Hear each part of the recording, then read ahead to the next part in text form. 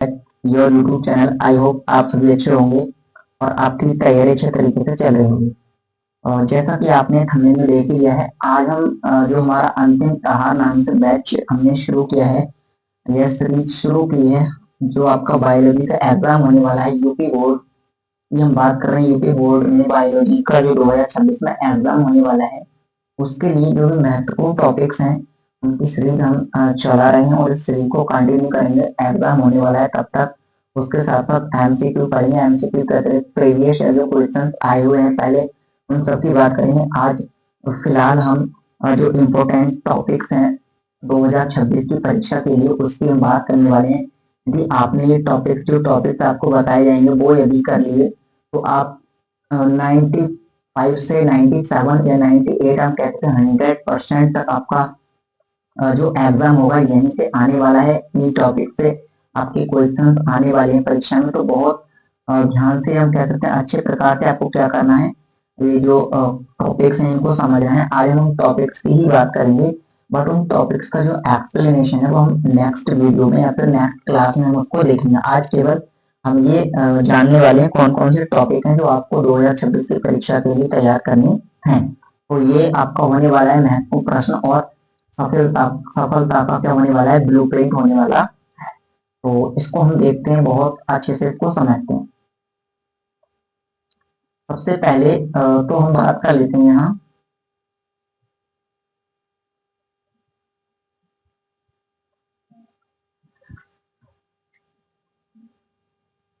इसमें हम देख लेते हैं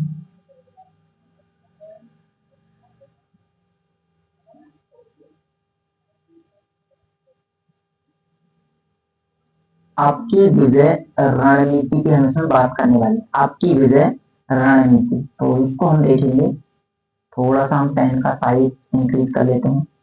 अब यहाँ आप देख पाएंगे जो भी हमारी यूनिट्स हैं, तो इसमें हमारी 5 यूनिट हैं 12th के जो सिलेबस है बायोलॉजी का, उसमें यूनिट फर्स्ट ये है हमारी, सेकंड यूनिट है अनुवंशिकी विकास, थर्ड यूनिट है मानव कल्याण में सूक्ष्म जीव और फोर्थ यूनिट है हमारी बायोटेक।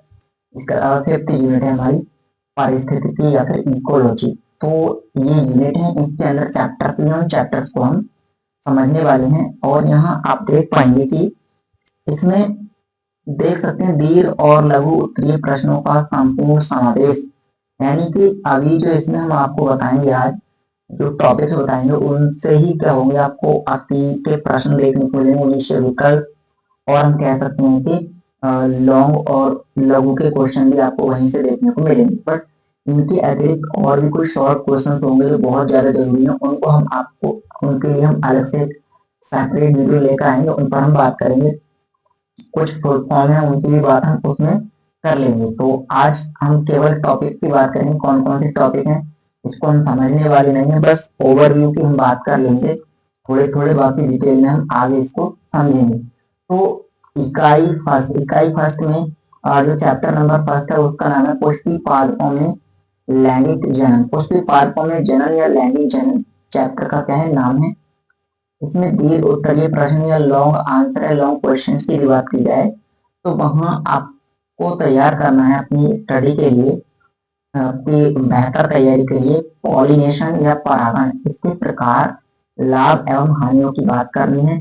ये क्या है, कैसे आपको तैयार करना है, इसकी बात हम नेक्स्ट सेपरेट वीडियो में करेंगे। फिलहाल तो बस आप ये देखें कौन कौन से टॉपिक्स हैं जो हमें इसमें पढ़नी है या फिर स्टडी करनी है। अब इसके बाद हम बात करते हैं एक अनावृत बीजी पुष्प की संरचना और बीजांड की संरचना का वर्णन। इसमें हमें पढ़ना है, इसके डायग्राम की बात करें तो ये जो पुष्प है हमारा आवृत बीजी पुष्प की यदि बात करें तो पुष्प का डायग्राम हमारा ये है, और बाकी जो बीजांड की संरचना है उसको हम जब इसके बारे में एक्सप्लेनेशन पढ़ेंगे तो वहां आपको डिटेल में बताएंगे। फिर इसका जो इम्पोर्टेंट टॉपिक होने वाला है लॉन्ग में, वो होने वाला है हमारा द्विनिषेचन डायग्राम सहित आप इसमें देखेंगे डबल फर्टिलाइजेशन को। और ये टॉपिक से प्रश्न आपको बताए जाएंगे, बहुत ही ज्यादा इम्पोर्टेंट या महत्वपूर्ण है। हम कह सकते हैं ये आपके टॉपिक्स लगभग 100% इम्पोर्टेंट टॉपिक्स हैं जो आपको यहाँ बताए जा रहे हैं। आपने यदि नहीं देखे तो आप जाके देख सकते हैं, बायोलॉजी से रिलेटेड ऑप्शन कोर्स टॉपिक्स पर जानकारी लाते रहते हैं। और इससे पहले भी हमने बायोलॉजी के जो टॉपिक्स हैं उनको काफी सारी वीडियोस बना रखी हैं, तो वहां से जाके आप उसको देख पाएंगे। फिर ये हमारे लॉन्ग के प्रश्न हो गए चैप्टर नंबर फर्स्ट से। इसके बाद लघु के जो प्रश्न है उनकी बात कर लेते हैं। शॉर्ट क्वेश्चन की हम इसमें बात कर लेते हैं। शॉर्ट की यदि हम बात करें तो शॉर्ट में हमारा हो जाएगा लघु बीजाणु धानी या फिर माइक्रो स्पोरोजेनेसिस। लघु बीजाणु जनन या माइक्रो स्पोरोजेनेसिस, ये लघु में हमें पढ़ना है। माइक्रो स्पोरोजेनेसिस इसके अतिरिक्त इसमें हमें पढ़ना है मेगा स्पोरोजेनेसिस,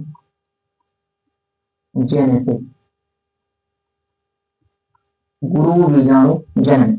और ये टॉपिक्स हमारे इसमें एपोमिक्सिस, आभासी फल, फॉल्स फ्रूट और परागकोश की संरचना। परागकोश की संरचना, ये इंपोर्टेंट टॉपिक्स हमारे रहने वाले हैं, तो इनको हमें थोड़ा सा अच्छे से इसको समझना है। बाकी इसका डिटेल एक्सप्लेनेशन जैसा कि मैंने आपको पहले भी बताया था, अगली जो नेक्स्ट वीडियो आएगी हमारी उसमें हम बात करेंगे। सीरीज हम चलाने वाले हैं एग्जाम तक, जब तक कि ये एग्जाम हमारा बायोलॉजी का यूपी बोर्ड का नहीं हो जाता है तब तक हम इस सीरीज को चलाएंगे। तो इसके अतिरिक्त हम यदि इकाई फर्स्ट में ही अगला जो चैप्टर है चैप्टर नंबर टू की बात करें, मानव जनन, या जिसको इंग्लिश में बोला जाता है ह्यूमन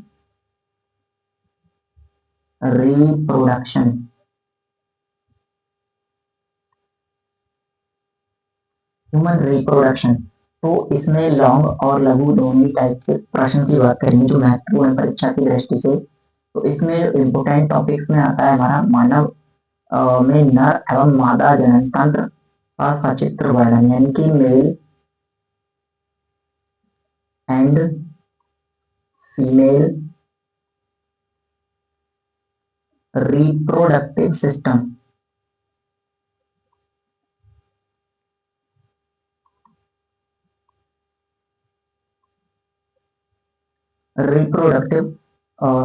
तो ये बहुत ही महत्वपूर्ण, लगभग 100% हम कह सकते हैं इम्पोर्टेंट टॉपिक है। और ये आपका इसमें से मेल एंड फीमेल दोनों में से कोई सा एक आपको परीक्षा में जरूर देखने को मिलेगा। इसके अलावा शुक्र जनन या स्पर्मेटोजेनेसिस की हम बात कर लेते हैं। आरएफ के माध्यम से इसको समझाना है या फिर समझना है। अब क्या होता है कैसे, हम वो डिटेल में नेक्स्ट वीडियो में हम कवर करेंगे। फिर मासिक चक्र या मेंस्ट्रुअल साइकिल की बात करते हैं और इसमें हार्मोन की क्या भूमिका है उस पर भी बात करेंगे। फिर आता है लघु उत्तरीय प्रश्न या शॉर्ट आंसर की बात करें तो इसमें शुक्र जनन नलिका की संरचना की बात की जाएगी। सेमिनिफेरस ट्यूब्यूल्स, उसके डायग्राम की बात करेंगे। इसमें प्लेसेंटा यानी अपरा और इसके कार्य के बारे में आपको अध्ययन करना है, आपको स्टडी करनी है। फिर मानव शुक्राणु की संरचना, जैसा कि ये डायग्राम आपको दिखाया गया है, तो मानव शुक्राणु की संरचना केवल नामांकित डायग्राम ही पूछा जा सकता है या इसके अतिरिक्त आपसे पूछा जा सकता है इसके बारे में एक्सप्लेनेशन। तो दोनों हमें तैयार करने हैं।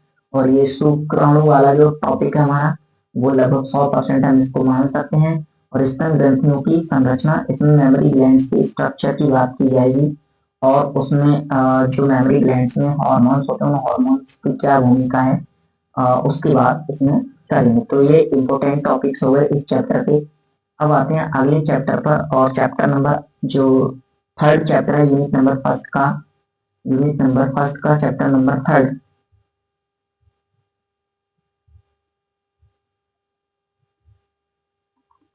यूनिट फर्स्ट के चैप्टर थर्ड की हम इसमें बात करें तो इसका नाम है जनन स्वास्थ्य, या इंग्लिश में हो जाएगा रिप्रोडक्टिव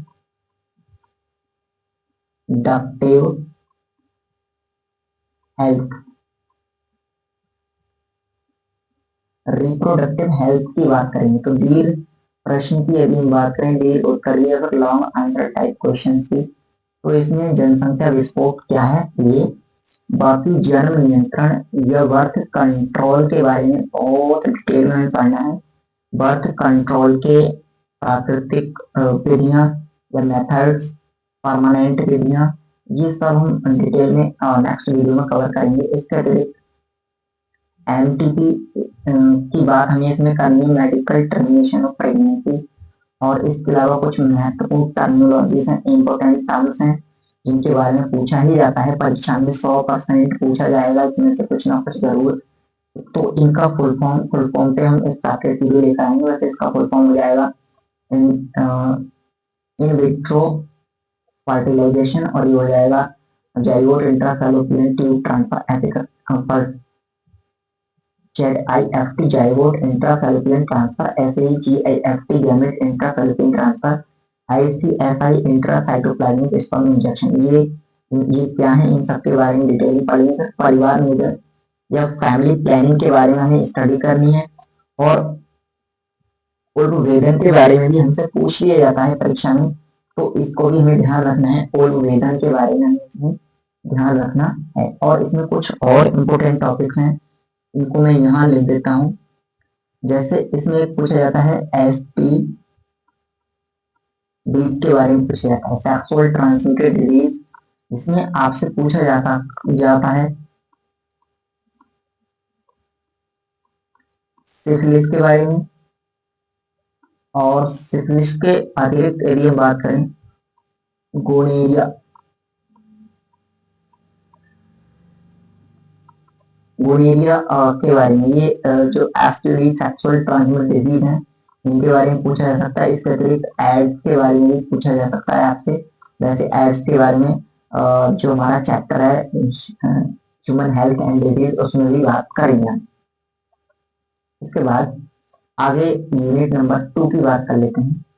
और ये जो यूनिट नंबर 2 है, यूनिट नंबर 2 की यदि बात की जाए तो वंशागति के सिद्धांत इसका भी नाम है, या हम कह सकते हैं कि inheritance and variation, principles of inheritance and variation, inheritance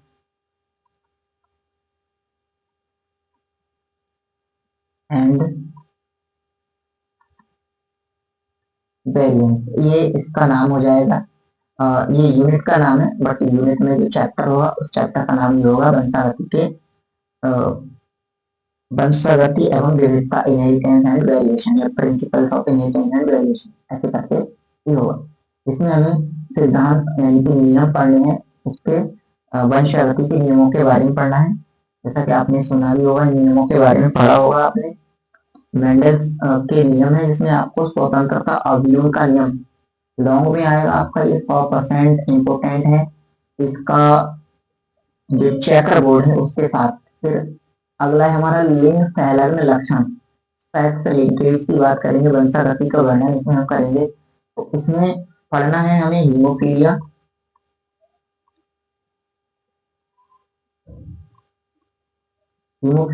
और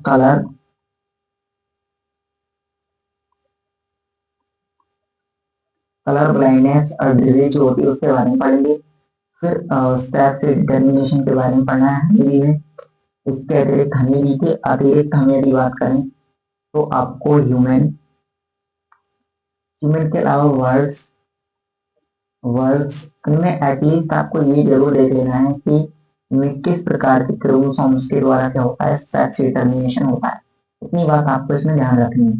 जेनेटिक विकार या जेनेटिक डिसऑर्डर या अनुवंशिक रोग की बात करें तो दात्र कोशिका आरक्तता या सिकल सेल एनीमिया के बारे में स्टडी करना है। Down syndrome very very important topic. इसके अलावा क्लाइनफेल्टर सिंड्रोम, और एक और होता है हमारा टर्नर सिंड्रोम। ये जो सिंड्रोम्स हैं इनको हम ट्रिक्स के माध्यम से बहुत अच्छे से समझेंगे जब हम इसके बारे में नेक्स्ट वीडियो में बात करेंगे।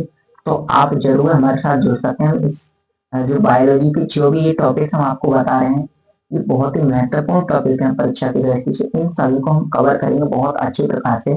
और ये जो PDF है, इस PDF को आप प्राप्त कर सकते हैं। इसको प्राप्त करने के लिए आप हमारे टेलीग्राम चैनल को विजिट कर सकते हैं। टेलीग्राम चैनल का लिंक हमने डिस्क्रिप्शन में दे रखा है। आगे हम बात कर लेते हैं अब ये जो यूनिट नंबर हमारी 2 थी, इसका जो सेकंड चैप्टर है उसकी हम बात करेंगे। सेकंड चैप्टर, इसमें हमें सेंट्रल डोग्मा के बारे में भी पढ़ना है। सेंट्रल डोग्मा क्या होता है, डीएनए से आरएनए का बनना और आरएनए से प्रोटीन का बनना क्या कहलाता है, सेंट्रल डोग्मा। इस कंप्लीट प्रोसेस को बोला जाता है। तो चैप्टर अगला है हमारा, इसका भी नाम है यूनिट नंबर 2 का चैप्टर अगला है यूनिट नंबर 2 का, वैसे चैप्टर हमारा 5 होने वाला है। चैप्टर नंबर 5, वंशागति का आणविक आधार, यानी कि मॉलिक्यूलर बेसिस ऑफ इनहेरिटेंस, ऐसा इसको हम कह सकते हैं। Molecular basis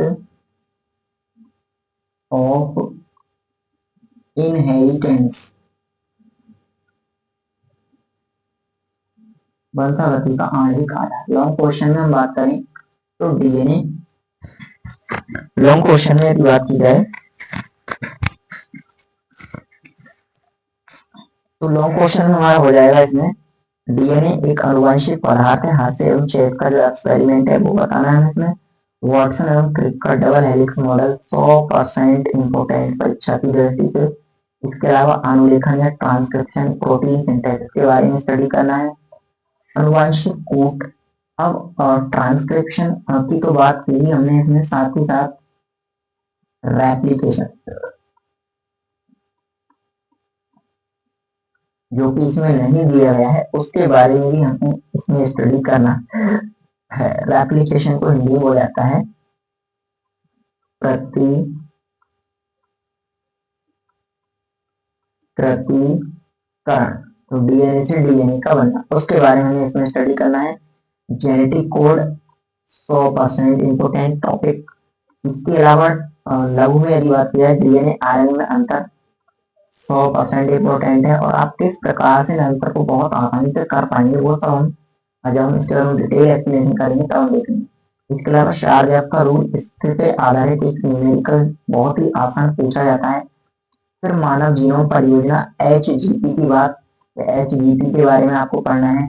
DNA finger printing के बारे में स्टडी करना है। अगला यूनिट नंबर 2 का ही अगला चैप्टर है, वैसे ये चैप्टर नंबर 6 हमारा होने वाला है। इसका क्या नाम है, विकास या फिर इवोल्यूशन। विकास में हमें डार्विन के प्राकृतिक चयन यानी नेचुरल सिलेक्शन के बारे में पढ़ना है, इम्पोर्टेंट टॉपिक है। इसके अलावा जैव विकास के प्रमाण, अब जैव विकास के प्रमाण के बारे में भी हमें इसमें स्टडी करना है। अब जैव विकास के प्रमाण आपके जीवाश्म से भी हो सकते हैं, जीवाश्म के अलावा भ्रूण विज्ञान से, एम्ब्रियोलॉजी से भी हो सकते हैं। इन दोनों में से हम पढ़ लेंगे इसमें, जब हम स्टडी करेंगे नेक्स्ट वीडियो में, वहां पे हम बात करेंगे इसकी। अनुकूलीकरण या एडेप्टिव रेडिएशन के बारे में स्टडी करना है। और वहीं अगर हम बात करें और जो टॉपिक हैं उनकी, तो देख सकते हैं इसमें हम बात करेंगे हार्डी वेनबर्ग का सिद्धांत हमें पढ़ना है। हार्डी वेनबर्ग, इसमें आपको p square plus q square plus 2pq के बारे में आपको पढ़ना है। ये इक्वेशन है हार्डी वेनबर्ग की, ध्यान रखिए। समजातता एवं समरूपता के बारे में पढ़ना है, होमोलॉजी एंड एनालॉजी। कपियों एवं मानव के बीच समानताएं और विषमानताएं, अंतर के बारे में हमें स्टडी करना है, इम्पोर्टेंट है परीक्षा की दृष्टि से। इसके बाद आती है हमारी यूनिट नंबर 3 और चैप्टर नंबर 7। चैप्टर नंबर 7 की बात करें तो मानव स्वास्थ्य एवं रोग, यानी कि इंग्लिश में क्या हो जाएगा, human health and disease. Human health and disease ये चैप्टर का नाम है। इसमें हम लॉन्ग क्वेश्चन की बात कर लेते हैं। लॉन्ग क्वेश्चन हमें कौन कौन से पढ़ने हैं। लॉन्ग क्वेश्चन के लिए टॉपिक हमें क्लियर करना है, प्रतिरक्षा, सक्रिय एवं निष्क्रिय प्रतिरक्षा। ये टर्म्स गलत है, हमारा लिखा हुआ निष्क्रिय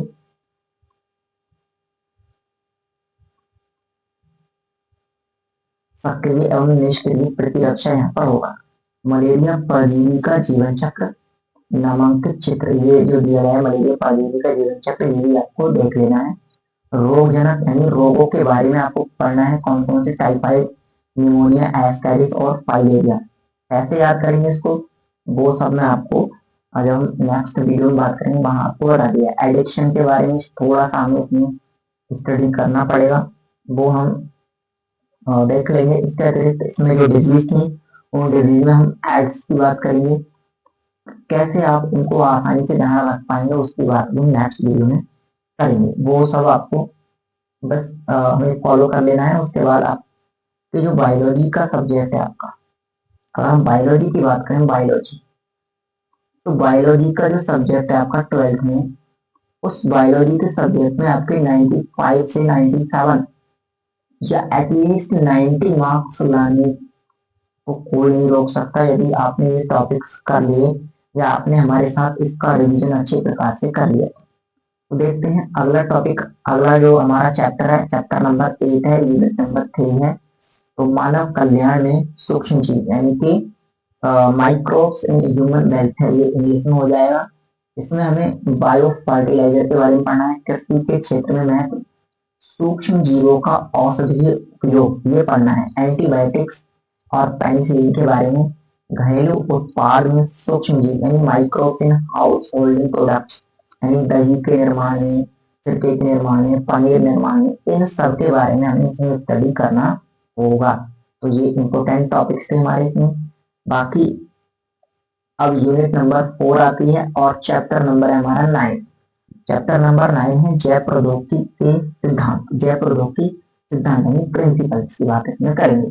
इसमें बहुत ही महत्वपूर्ण कह सकते हैं 100% important topic recombinant DNA technology, rDNA technology, DNA के अर्ध संरक्षित सेमी कंजर्वेटिव रेप्लिकेशन के बारे में हमें जानना है।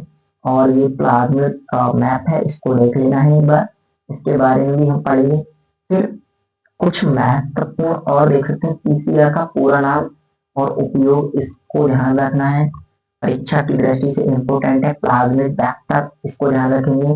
प्रतिबंधित एंजाइम या कह सकते हैं कि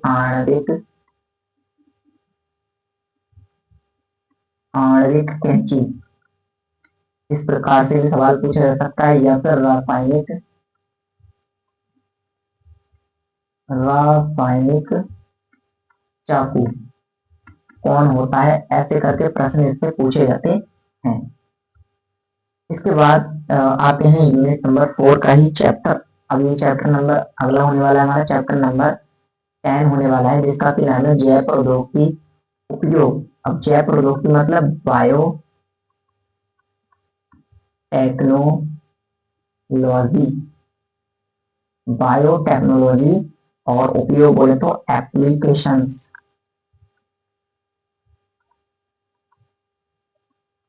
इसके बारे में हमें ये चैप्टर का हमारा नाम है, इसमें हमें क्या पढ़ना है, इंपोर्टेंट है परीक्षा की दृष्टि से। तो इंसुलिन उत्पाद, इंसुलिन के प्रोडक्शन की विधि 100%, इसको हमें बहुत अच्छे से पढ़ लेना है। फिर जीन थेरेपी के बारे में हमें पढ़ना है। तो बीटी कपास, बीटी का पूरा नाम इंपोर्टेंट, 100% इंपोर्टेंट है, बीटी किस बैक्टीरिया से प्राप्त किया जाता है, ऐसे प्रश्न बहुत परीक्षा में इसमें पूछे जाते हैं। पारजीवी जंतु, ट्रांसजेनिक एनिमल्स के नाम पूछे जाते हैं। इसके अलावा जो काव थी, काव का क्या नाम था, ट्रांसजेनिक काव रोजी, ये इसको ध्यान रखना है। इसके अलावा ट्रांसजेनिक जो शिप थी वो कौन थी, डोली, ये जो नाम है ऐसे नाम आपसे शॉर्ट में पूछ लिए जाते हैं। फिर अगली यूनिट आती है, लास्ट यूनिट है, और चैप्टर नंबर हमारा होने वाला है 11। पारिस्थितिकी एवं पर्यावरण हमारी यूनिट का नाम है। इसमें जो हमारा चैप्टर नंबर 11 है, इसका नाम है परितंत्र। ये जो कह सकते हैं यूनिट है, इसमें चैप्टर 11 एंड 12 दोनों के इम्पोर्टेंट जो टॉपिक्स हैं उनके बारे में इसमें बता दिया गया है। तो इन इम्पोर्टेंट टॉपिक्स को ध्यान रखना है। पॉपुलेशन है इसका नाम, और 11 चैप्टर का नाम है पॉपुलेशन, ऑर्गेनिज्म एंड पॉपुलेशन। इसमें ऑर्गेनिज्म वाला पोर्शन हट चुका है, तो पॉपुलेशन के बारे में पढ़ना है। और 12 चैप्टर हमारा इकोसिस्टम होने वाला है, तो दोनों के जो टॉपिक्स हैं उनको मर्ज करके इसमें बताया गया है। इसको हम यहाँ ध्यान रखें, कुछ और एक्स्ट्रा होगा मैं आपको इसमें बता देता हूँ। तो इसमें पारस्परिक क्रिया है, बहुत इंपॉर्टेंट टॉपिक्स है हमारे इसमें। साहूकारिता, म्यूचुअलिज्म, सहजीवन, सिम्बायोसिस, परजीविता, इसके बारे में पढ़ेंगे। और परभक्षिता, परजीविता के अलावा परभक्षण, परभक्षण के बारे में स्टडी करना है। इसके अलावा यदि हम बात करें, इसमें पढ़ना है जो कुछ जैसे चर घातांकी वृद्धि मॉडल, इस इसके अलावा हमें पढ़ना है लॉजिस्टिक ग्रोथ मॉडल के बारे में पढ़ना है, एस कर्व, जे शेप कर्व, ये इसमें ध्यान रखेंगे। इसके अलावा पॉपुलेशन या समष्टि जो होती है, समष्टि के गुणों को ध्यान रखना है, कौन कौन से गुण हैं वो सब पढ़ेंगे, तो वो सब मैं आपको इसमें बता दूंगा। इसके अलावा फिर हम इसमें इकोसिस्टम की बात करेंगे। इकोसिस्टम क्या है, इकोसिस्टम में परितंत्र शब्द किसने दिया था, ये सब, और भारतीय वैज्ञानिक, इसके अलावा जो सबसे पहले किसने दिया था, इसके फादर कौन है, ये सब इसमें ध्यान रखना है। परितंत्र के प्रकार के बारे में पढ़ना है, परितंत्र के प्रकार कौन कौन से हैं। इसमें तालाब का परितंत्र और मैदान के परितंत्र के जो घटक हैं उनके बारे में पढ़ना है। और इसके अतिरिक्त इसमें ये हमें दिया गया है, देख सकते हैं कि पोषण स्तर, ट्रॉपिक लेवल और ऊर्जा प्रवाह, एनर्जी फ्लो, इसके बारे में भी हमें ध्यान रखना है। प्रोड्यूसर, कंज्यूमर, डीकम्पोजर, ऊर्जा का प्रवाह किस प्रकार से हो रहा है, ये सब इसमें देखेंगे। समष्टि और समुदाय में डिफरेंस के बारे में कुछ बातें इसमें ध्यान रखनी है। तो समुदाय के अंदर ही क्या है, समष्टि आती है, ये सब ऐसे करके हम पढ़ेंगे। तो इसका डिटेल एक्सप्लेनेशन जब हम पढ़ेंगे चैप्टर वाइज, टॉपिक वाइज, तो वहां पे इसको देख लेंगे। अब लास्ट चैप्टर आता है हमारा, सिलेबस का लास्ट चैप्टर है इसका, 12th के सिलेबस का चैप्टर नंबर 13, जिसका कि नाम है जैव विविधता और संरक्षण, बायोडाइवर्सिटी एंड कंजर्वेशन, इसको इंग्लिश में बोलेंगे। इसमें डाइवर्सिटी की परिभाषा और संरक्षण के बारे में ध्यान रखना है। संकटग्रस्त प्रजातियां, रेड डाटा बुक, 100% इम्पोर्टेंट, राष्ट्रीय उद्यान और वन्य जीव अभ्यारण्य के बारे में ध्यान रखेंगे।